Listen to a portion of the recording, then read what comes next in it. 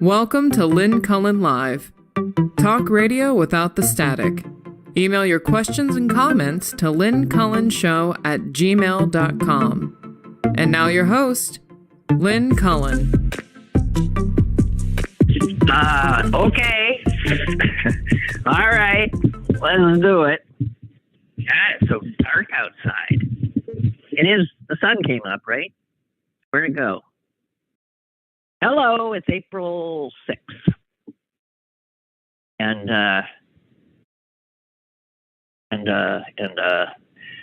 that's it. Okay, I did sleep last night. Yesterday, my problem was I hadn't slept, and my head was all screwed up from having watched 8 hours of cable television news, which can do anybody in. And today, I did sleep, and it's dark out, and I'm having trouble waking up. You know, I don't do coffee, so I'm trying my best here. Sure, it's unprofessional to start out with excuses about why I'm not starting in a more forceful manner. Okay, let's do it. Should we start with like the outrage of the? I don't know. The good news, obviously, happened in Wisconsin on Tuesday with the citizens there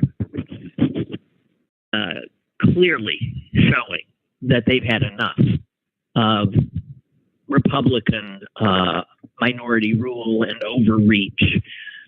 The two issues that were front and center that resonated and led to an 11-point victory for the Democrat were abortion and democracy.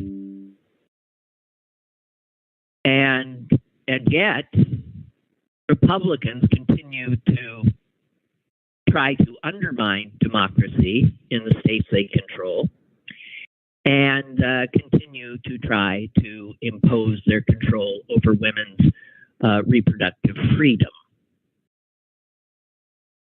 I don't see how they think that's a winning strategy. Do you see what's going on in Tennessee? Is that getting a lot of attention? Tennessee, Memphis, the scene of one of the more recent school shootings. And just the immediate aftermath of that horror, the Republican-controlled legislature of that state, Tennessee, decided the most important thing to do was obviously to have more guns. More guns. How anyone, please explain to me, how anyone with the capacity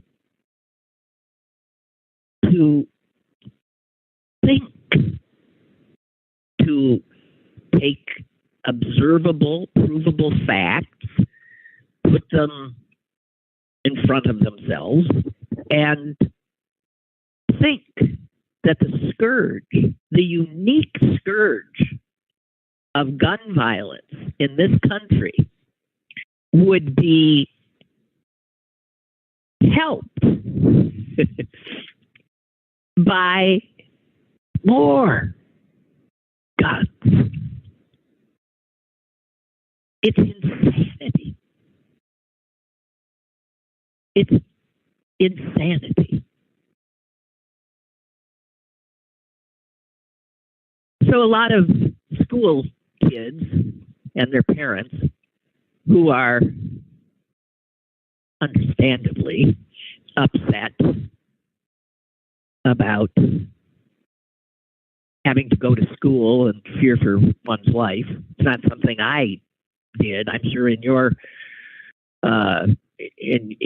recollection, that wasn't something in the back of your head when you went to school. I wonder if I'll be blown to pieces, turned into a pulverized mass of human pulp today. No, our anxieties were, will I pass a test? Oh, hey, I didn't do this. So-and-so talked to me. Our children go to school with an understandable fear. Unless they forget the possibility that they might be blown away, there are regular drills held in the schools of what to do when someone is trying to blow them away. And the solution? Republicans say, more guns. So parents and school children were protesting the legislatures, the Republican-controlled legislatures' lack of any meaningful response to this mass shooting. And 3 members of the legislature, all Democrats, joined in a protest that did disrupt the business, the very important business of this Republican legislature. They joined the protest and were on the floor. One had a megaphone. The gallery above the chamber was filled with screaming protesters, and obviously it brought the business of the chamber to a halt. So that happened last week.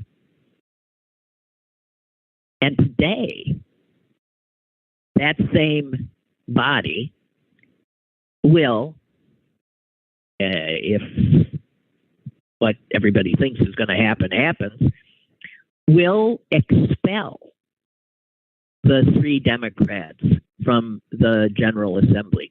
Throw them out. They've already taken away their committee assignments. They've already lost their identifications, giving them access to the Capitol. They're already persona non grata. And the Republican legislature is about to do something that's truly unprecedented. It's not that legislative chambers, including this one, haven't expelled members before. But members that have been expelled have been under criminal charge or investigation for something very serious. They have not brought a megaphone onto the floor.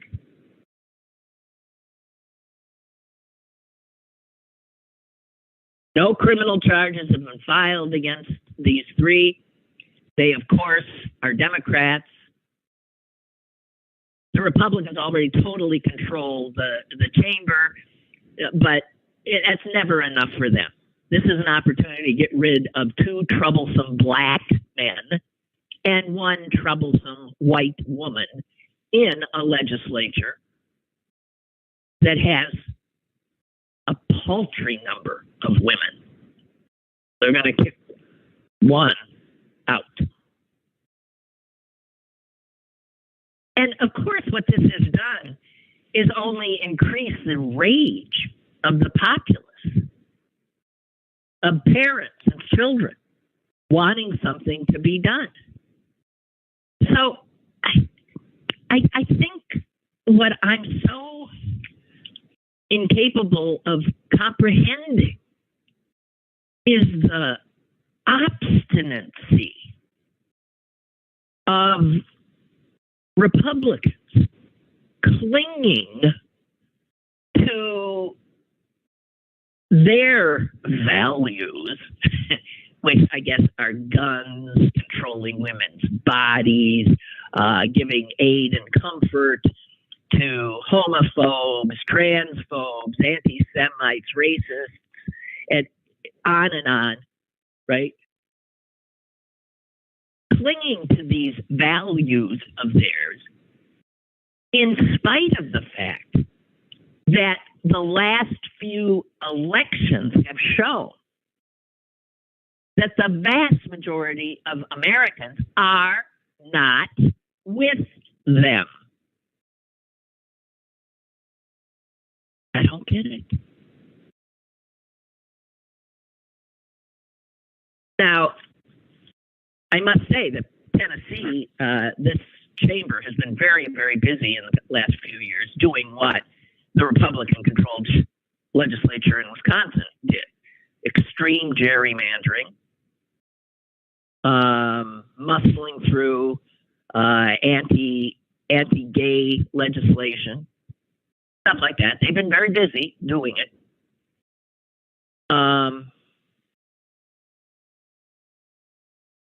And so this is what it's so clear now what Republicans do with their power.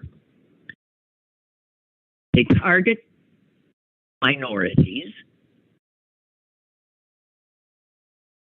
and they roll over for the wealthy, corporate interests, gun manufacturers. And guess what?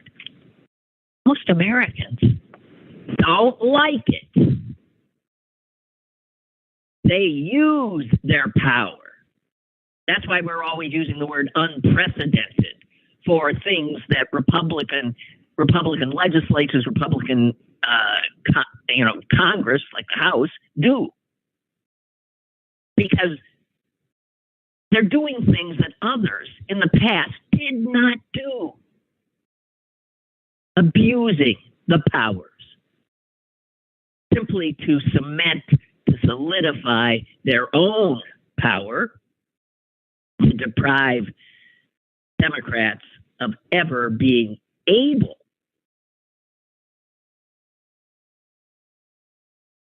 to get any. But little fissures happen, little things can happen, and that's what vacancy on a Supreme Court gave an opportunity to the beleaguered people of Wisconsin. And man, they grabbed it.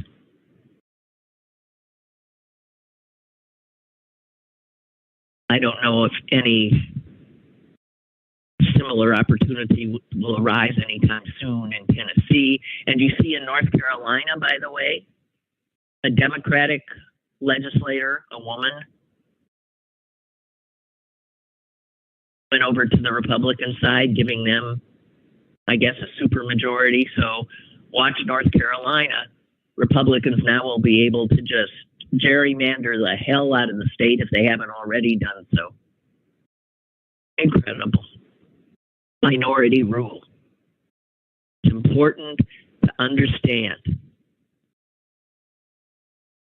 what's happening and how undemocratic it is.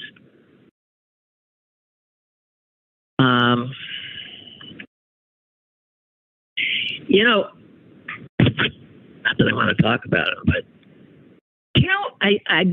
the trial, which Donald Trump is, it's a civil trial, but in a trial in which I believe he has to testify, again in New York City, this is a different trial, is slated to begin in 3 weeks. So Trump, I haven't seen a lot of it. Trump is going to have to fly back to New York and head into a courtroom where a civil case is continuing, brought by the writer E. Jean Carroll, I believe is her name, right? E. Jean Carroll.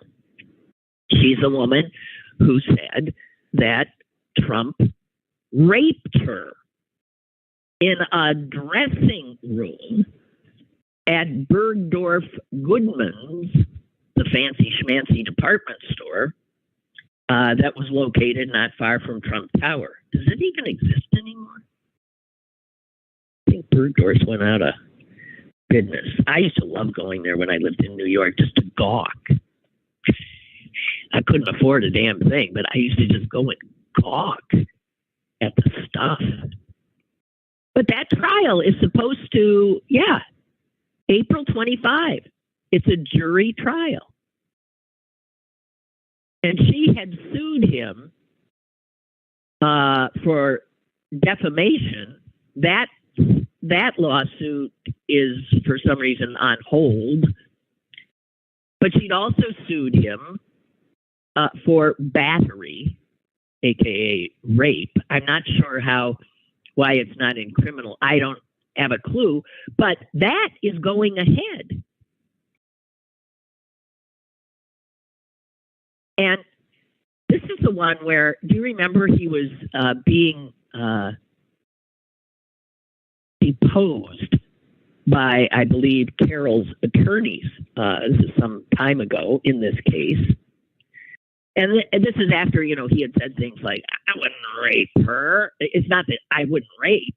I wouldn't rape her. She's not my type. She's not the type I rape. And he continued to say that he didn't even know her, despite the fact that pictures of him and her were available. He said, and understandably, he said, look, people take pictures with me all the time. I might have met her in passing. I don't remember, blah, blah, blah, blah, blah. But in the defamation deposition, or not I believe in the rape deposition. I'm not sure which one. He was shown a picture of her at the time. This would be in the, 90s, I believe this thing happened. He was shown a picture of the woman who is suing him, the one who's not his type. And he was asked to identify, who is this, Mr. President? And he said, oh, that's my wife at the time, Marla. That's what he said.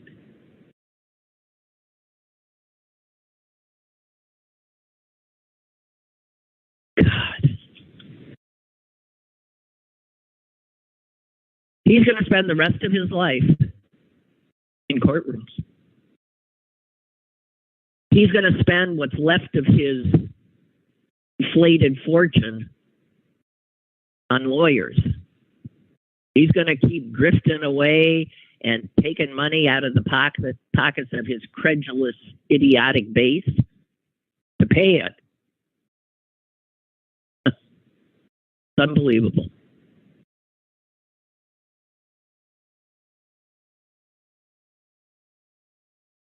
So I had mentioned to you that I was into that TV show series, The Last of Us, the first season, and it would seem it wouldn't be something I would normally watch because it's got all the things that I usually roll my eyes about, zombies. Flesh-eating zombies, apocalyptic, God knows what. But it was so well done. Now, in The Last of Us, the people that become like zombies are people who have been infected with a fungus. And according to the story, it is a fungal infection that essentially wipes out the human population on Earth. And the TV show is about the few survivors trying to stay alive. And there's a piece. Don't read it if you're, if you're easily scared. There is a piece in today's New York Times opinion section written by, I guess, a scientist. Yeah, it would have to be a scientist. And he says that the premise of The Last of Us is very, very on point. And here's why. It has to do with the fact that it was 83 degrees here yesterday, or whatever the hell it was. It has to do with the warming of our planet, which we now know we are causing, have caused, and are continuing to cause. The warming of the planet is destroying the ecosystem that used to exist and creating opportunities for pathogens, fungal pathogens that did not used to exist. The thing about fungi, and the reason humans have largely been exempt from massive fungal infection,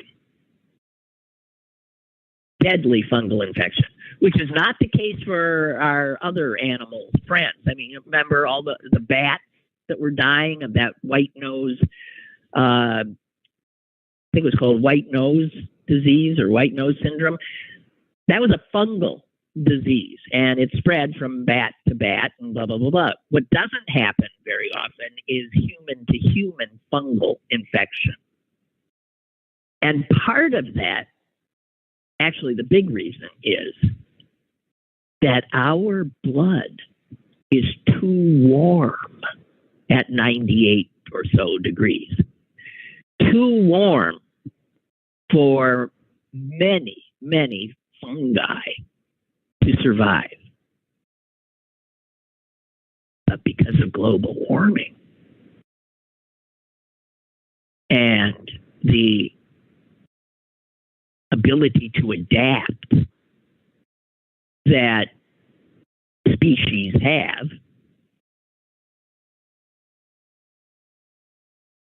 fungi are starting to be able to handle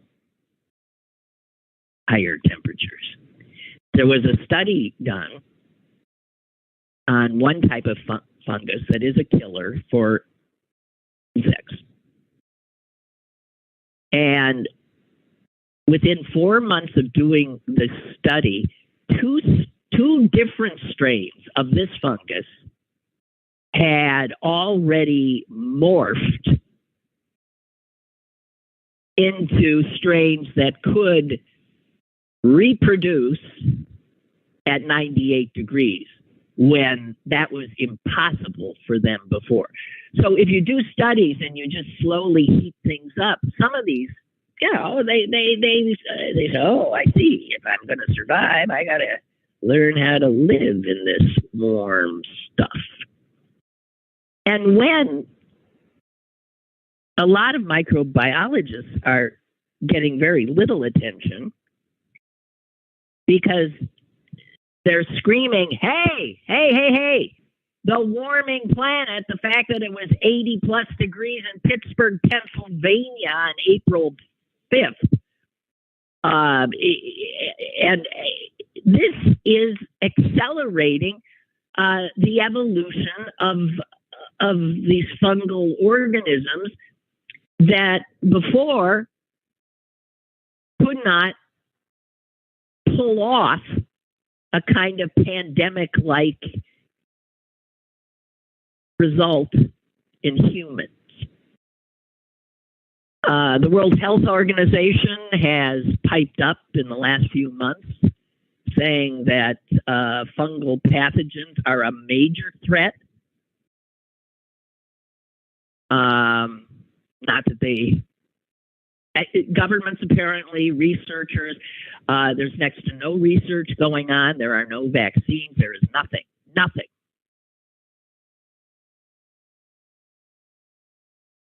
And this guy points out that, in fact, we've identified only 5% of what they figure is 1.5 million different species of fungus.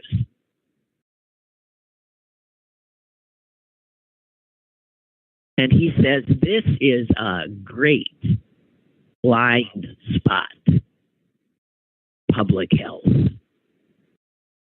So the fact that this,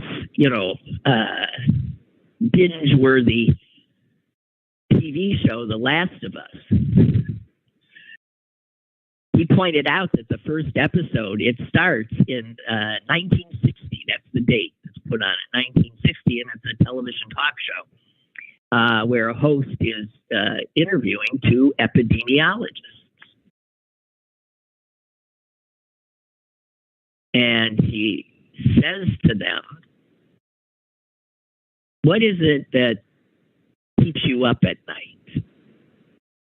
And the one guy responds, fungus.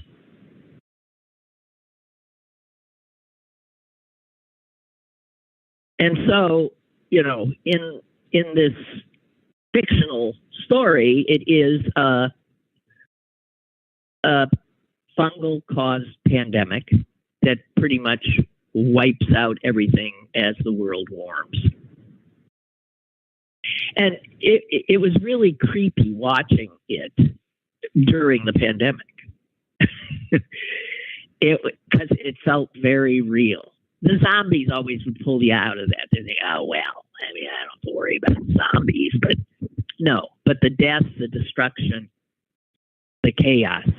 And I'm sure you are aware, you've heard of this fungal infection that is starting to draw attention, that is starting to scare people it's in nursing homes mostly, and spreading.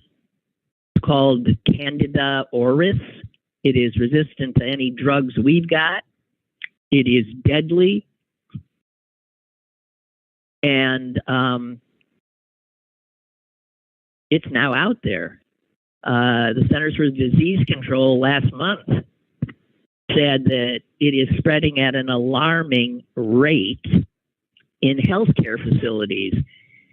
And in bureaucratic speak, they said it is alarming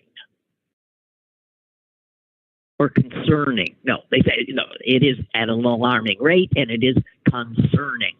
I'm just saying, whistling past the graveyard. That's what we're doing.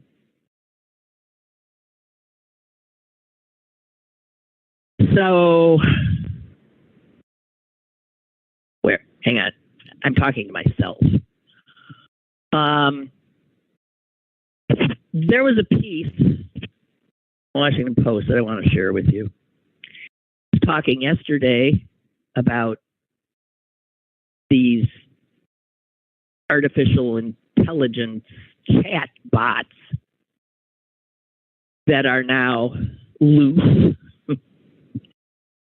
And the concern that even the tech scientists are exhibiting at the fact that they've been let loose before they are anywhere near perfected. And that is because of greed. That's got to get out there first. It doesn't matter if this thing is not always right. It doesn't matter. We got to get out there. And so there's the race is on. And to hell with humanity. There's money to be made. And now, we're learning about all of, people are, you can have one of these things. It's, I guess you download it. It's not, it's just in the beginning stages. It's like a little baby. And yet it's been promoted as if it is a capable adult.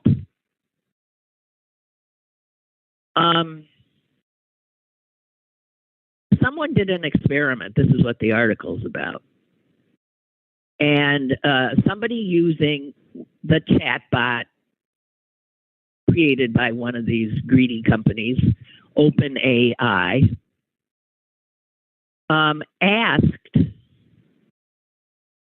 the chatbot to,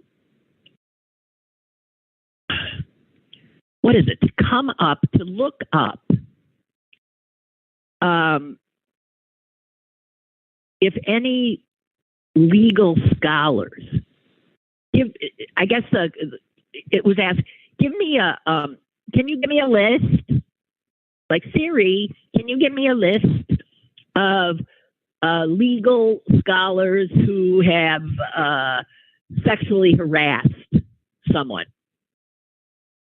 And sure, no problem, right? And up it comes. It's got a list. One of the names on the list was a name you probably know because he's, a cable news commentator, a guy named Jonathan Turley. And the chatbot came up with an entire story and cited an article in the Washington Post from March 18 of 2018 as the source of its information, where Turley had attempted to touch a student while on some class trip in Alaska. Here's the thing. Turley had never taken students on a class trip to Alaska. No such article had ever been printed in the Washington Post. So this little artificial intelligence made it up.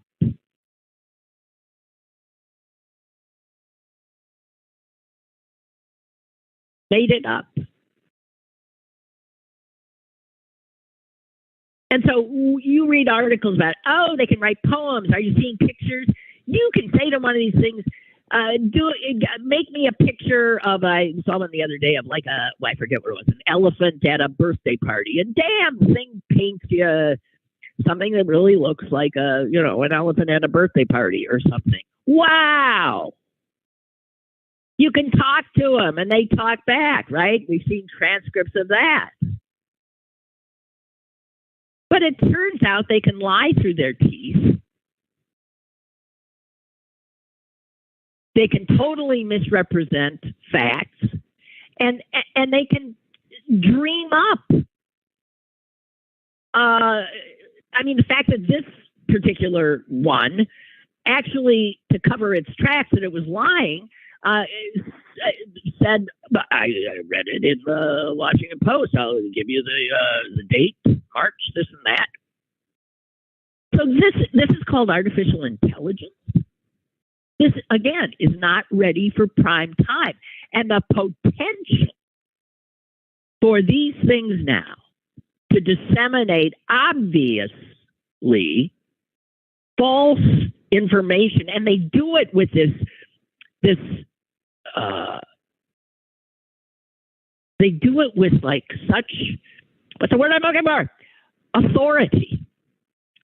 Who am I, a little weak human mind, to argue with this ingenious computer brain here? And so there's a tendency for humans to defer to anything that these AI devices tell us. And as I was saying yesterday, this is unregulated territory in a day and age where we are already beset and besieged by so-called news organizations disseminating outright lies to their audience.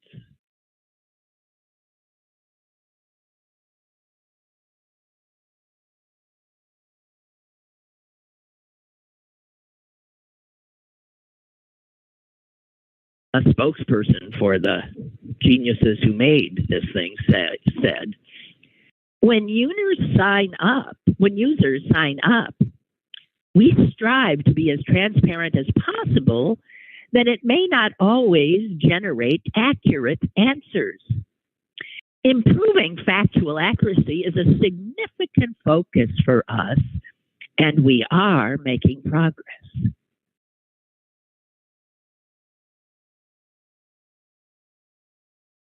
Great.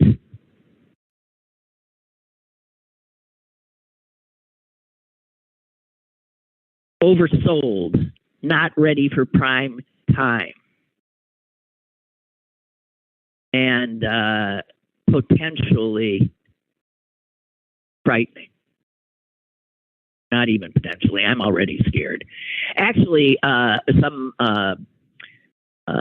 Australian politician is threatening to file what would be the first defamation suit against one of these companies, because it had claimed that he had served time in prison for bribery, which was untrue.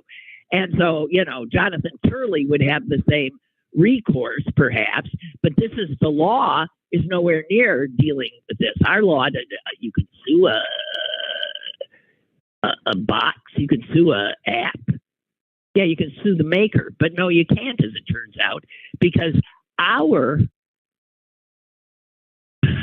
country has apparently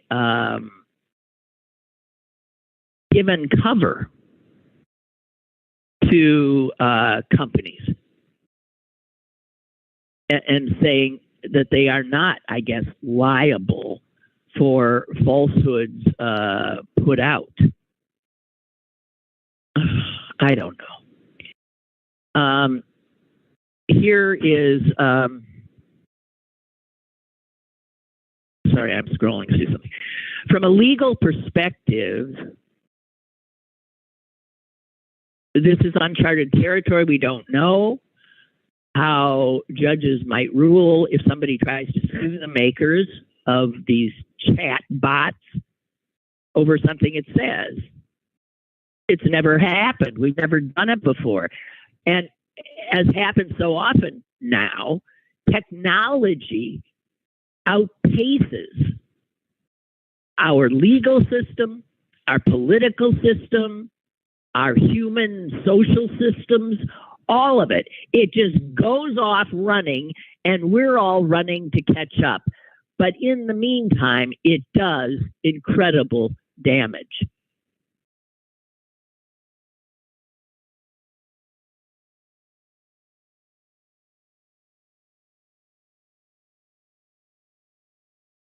Incredible. It's like, I don't know. We're living in this sort of anarchic, lawless.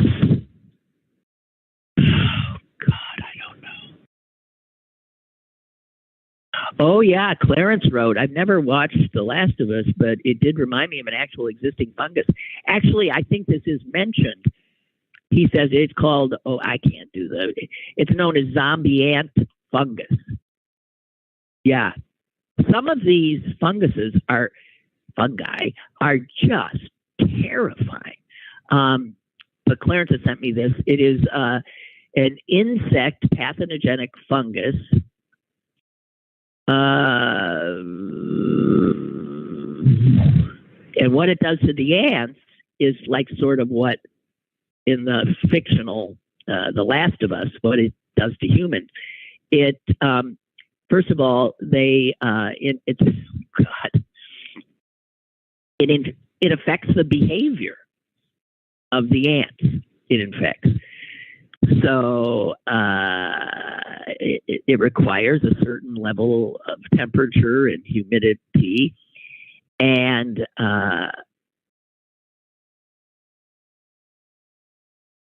what does it say? The infected ants use their mandibles to attach themselves to a major vein on the underside of a leaf where the host remains after its eventual death. The process leading up to mortality takes 4 to 10 days and includes a reproductive stage where fruiting bodies grow out of the ants' heads. rupturing, releasing the fungus's spores.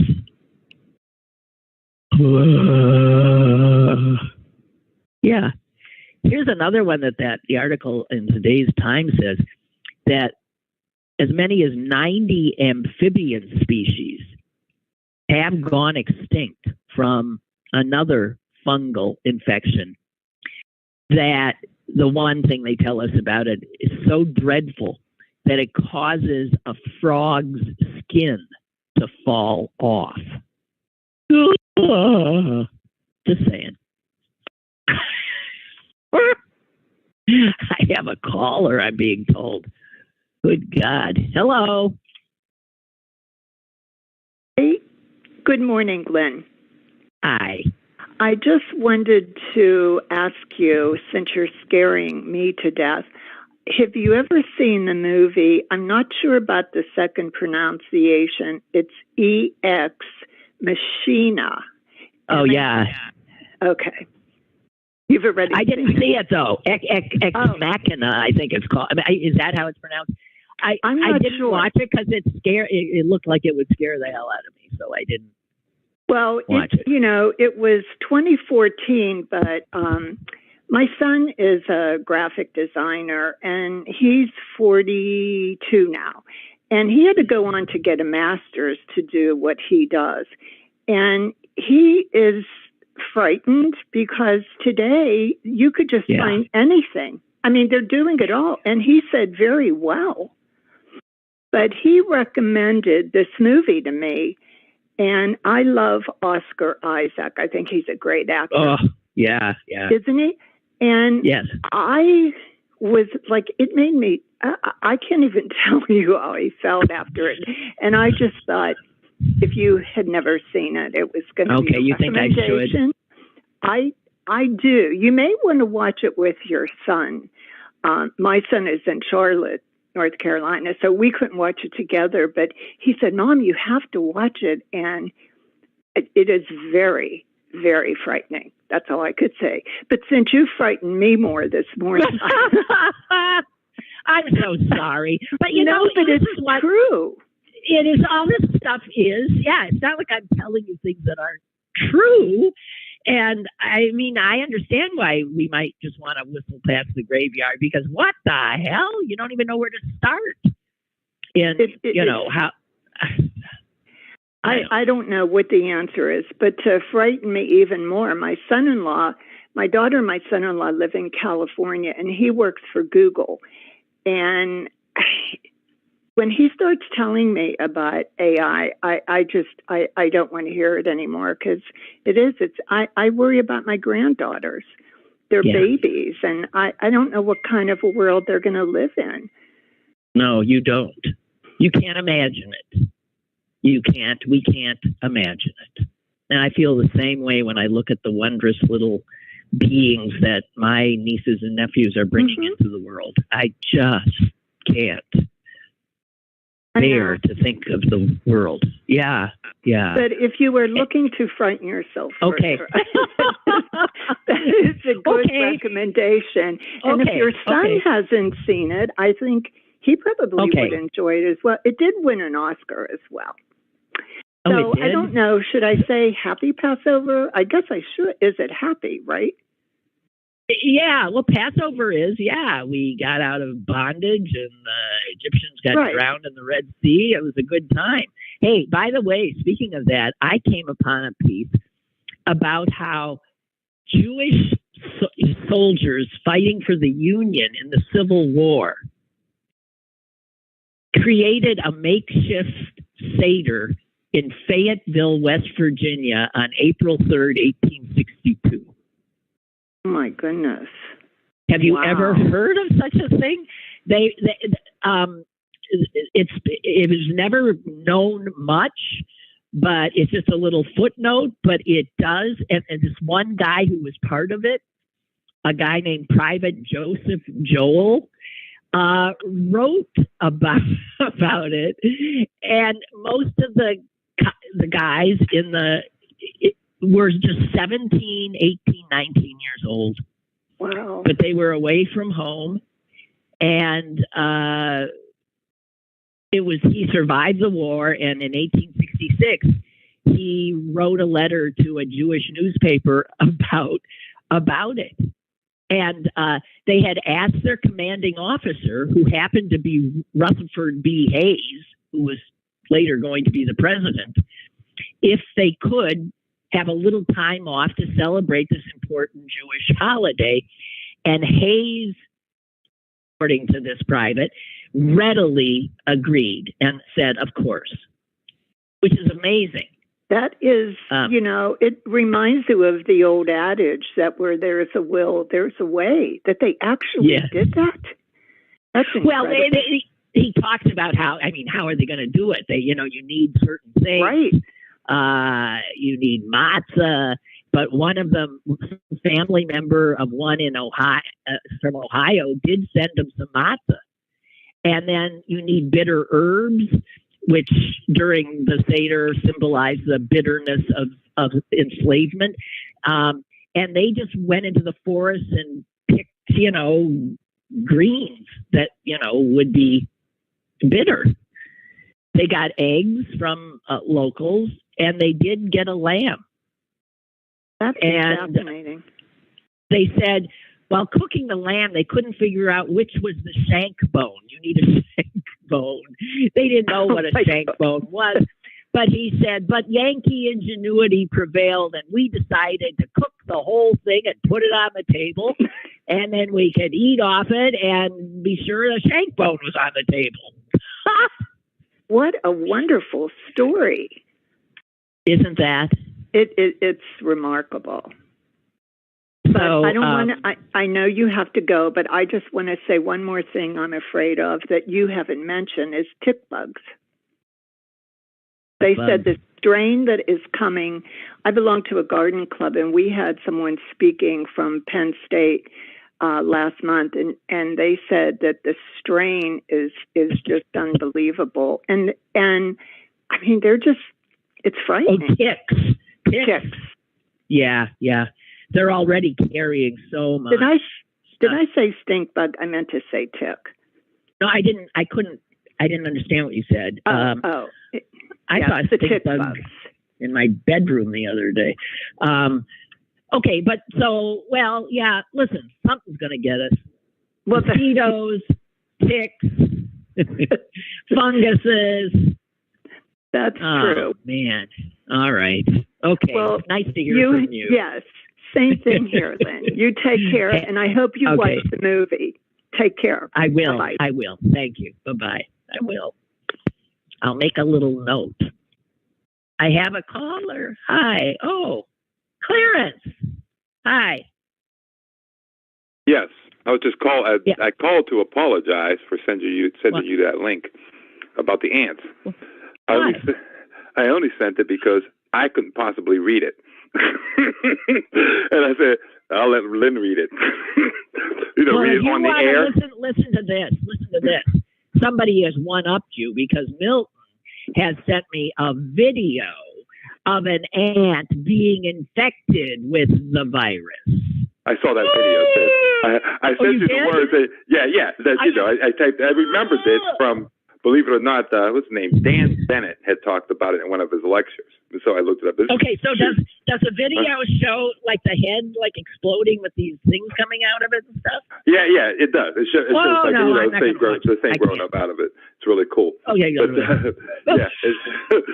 I heard you like reading it, the name of the bug, and I went. I just gave up. Yeah, that's why I sent it to you. I'm not going to be able to say that word on air. So maybe Lynn can do it. But Ophiocordyceps unilateralis. We'll call it the ant fungus. The zombie ant fungus. Zombie ant fungus. Yeah. But, oh dear. The lady who called before me, interestingly enough, who said her son is a graphic designer, and she's concerned about it. And I'm a graphic designer. It's what I did, or what I did. Yeah. And I said, because since computers, you can just basically do everything that I was trained to do in the early 80s prior to computers on a computer, if you have creativity. the difference between, like he said, these bots are good. They are really good. But I always tell people, this is going to be one of those things where, they started manufacturing certain things. What was it, like in the early 1900s, where they had like what they call it, where they were manufacturing things, but certain people wanted stuff done by hand. It was like it was called the something art or whatever, or and that's what's going on. Because I do the caricaturing. You can get a caricature done in an app. People like the hand drawn stuff. Because they know it will be of more value. Exactly, and that's where, like her son being a graphic designer, that's where the creativity. You basically have to beat the bot, where you have to be creative, and people want the hand done stuff, or the bot isn't producing what the client is thinking. Might be thinking something, and you can actually talk to the client. Can sit there and type all he wants, but you can get a feel for what the client wants, by talking to him personally. Yeah.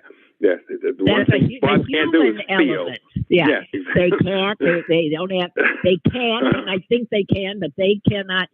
I was thinking that when I came here and was at WTAE and TV, I in my maybe 10 years there, I watched technology destroy so many jobs in that industry. It was mind blowing. Yeah. And we used to have a bunch of artists, people trained like you, who did the graphics. Gone. Well, first they made them learn how to do stuff on a computer. Then they needed fewer of them, and then eventually you just need one. And then the old guys pushing all those big cameras around in the studio, gone. Yeah. Robots. Everything was done by one person pushing on buttons. And what the hell these geniuses think human beings are supposed to do. This is why we're going to need, what is that called? A universal income? Basic income. Yeah. Because you don't have jobs for people. Yeah. And this is where back to nature comes in, if we have a nature. You don't have jobs. So you have your universal basic income, so people go do their gardening, go on their hikes. You only work a 3-day work week. You know what I mean? You can spend more time with your family.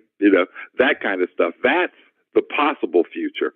It's just just try not to be. What was that one Disney cartoon called? With a little robot is in a beat up little Earth. And everybody's big and heavy, and they don't do anything. That's the thing. And I don't think human nature allows that. So, because I've said it many times, I got out of the rat race 30 years ago. It's like that thing. You just get to spend more time. I tend to look up stuff on ant funguses. That's what I tend to do with a lot of my time. Learn stuff. But you'll get to enjoy your life instead of working for the weekend. I hear you. But the weekends are just a little bit away for me. So, hey, Clarence, always good to hear from you. Thank you. Yeah, same here. Okay. Thank you. All right. Bye. Bye. Bye. All right. I think that's the first time we talked to Clarence and he didn't have a pun. I shall call back. I don't think he did. So, I don't know if I should subject you to this. There was a story I read about family vacations, because I guess that time is coming up, where the family member used to pile into a car, and I don't know what your family did. Some families went camping. God knows mine never did. Some families went, various trips. Some families went sightseeing, to Disneyland, crap like that. My family,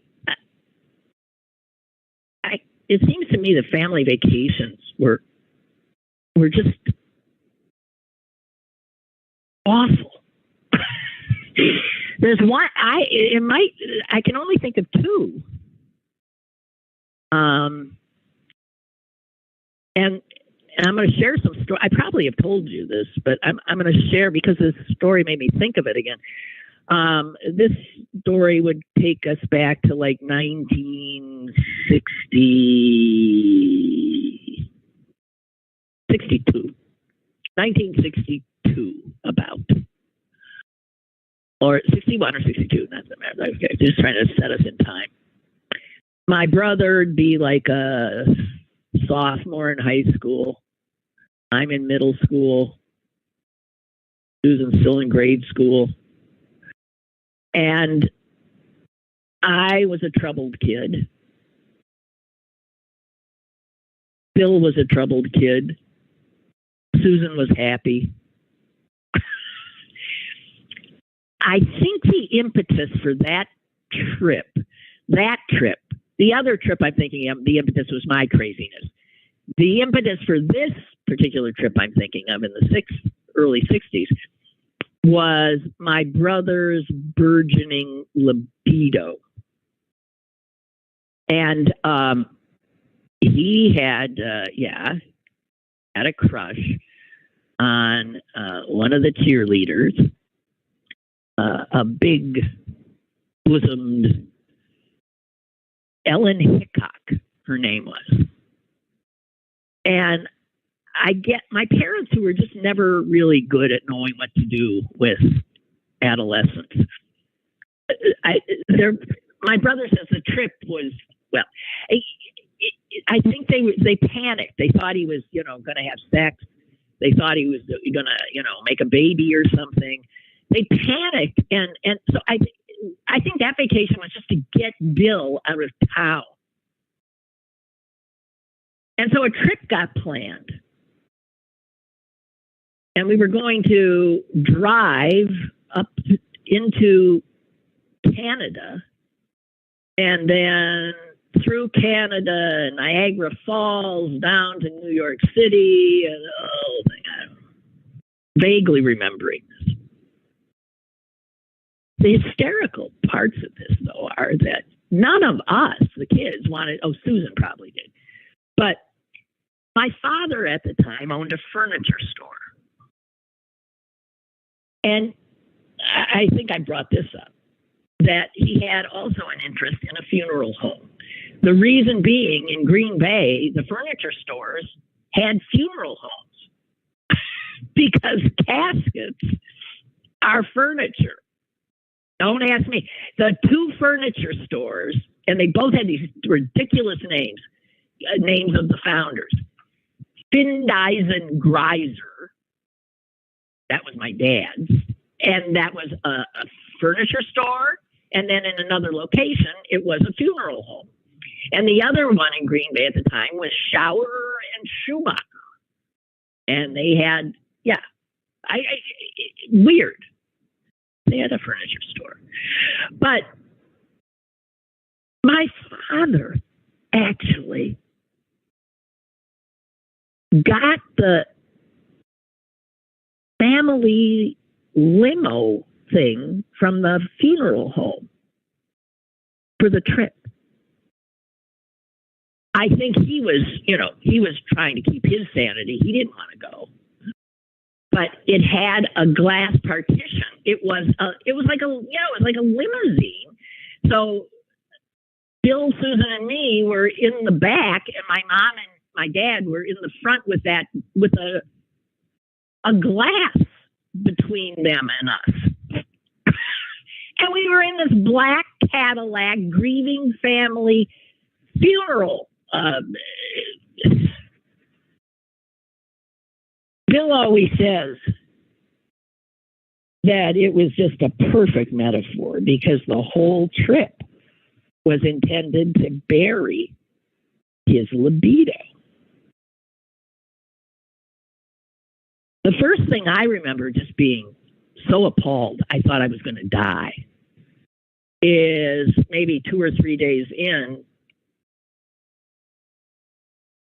we rolled up to some laundromat somewhere in Canada. So Mom, of course, could do the laundry. Have you ever seen a black Cadillac limousine parked in front of a laundromat? I remember thinking, I'm not getting out. I'm just going to stay in here. I don't want anyone to see me. I was so embarrassed.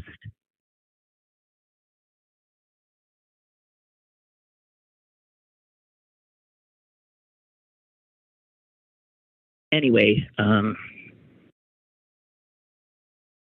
the only other high points of that trip were both from New York City. Again, this sexual thing happening. We went to the zoo, I guess the Bronx Zoo, right? Or Central Park Zoo. Did they have a zoo? Yeah. And there were two polar bears going at it. You know, one of the male had mounted the female. And I remember Bill saying, hey, look at that. And we were like, whoa. And I'm thinking it's a sort of sexual thing going on all the time. Anyway, and then later that day, it was right like in front of where the Plaza Hotel is, a pigeon let loose right on my mother's head. I mean, her hair was dripping in pigeon shit. And my father and the three of us were doubled over laughing. And she screamed. I remember her screaming, God, help, get out. I mean, she was just freaked out, and her family was laughing. So I do remember, those are the snapshots from this wonderful family vacation. Meanwhile, I'm going to cut forward to my brother's 50th high school reunion. He did not attend. My mother, understanding he wasn't going to go, said, well, do you mind if I go? She says to my brother. I'd love to see some of your friends. So my mother went to my brother's 50th high school reunion. It was held at Lambeau Field. And do you know who she spent a lot of time with that night? Ellen Hickok. She said, I met Ellen Hickok. What a lovely woman. And they talked. I'm sure Mother maybe told her about the trip. I'm not sure. Anyway, so I've been thinking about family vacations, and I sure as hell hope that all yours are memorable, but in a good way. It's not something I can say I have. I got memorable ones, but they're... Ugh. Anyway, that's it. I think I'm done. We're done, okay? God knows, I'll say what I always say on Thursdays, God knows what will happen the rest of the day, Friday, Saturday, Sunday, but I'll be here Monday, and we can regale ourselves with terrifying stories about it all. You have a good one, okay? Bye.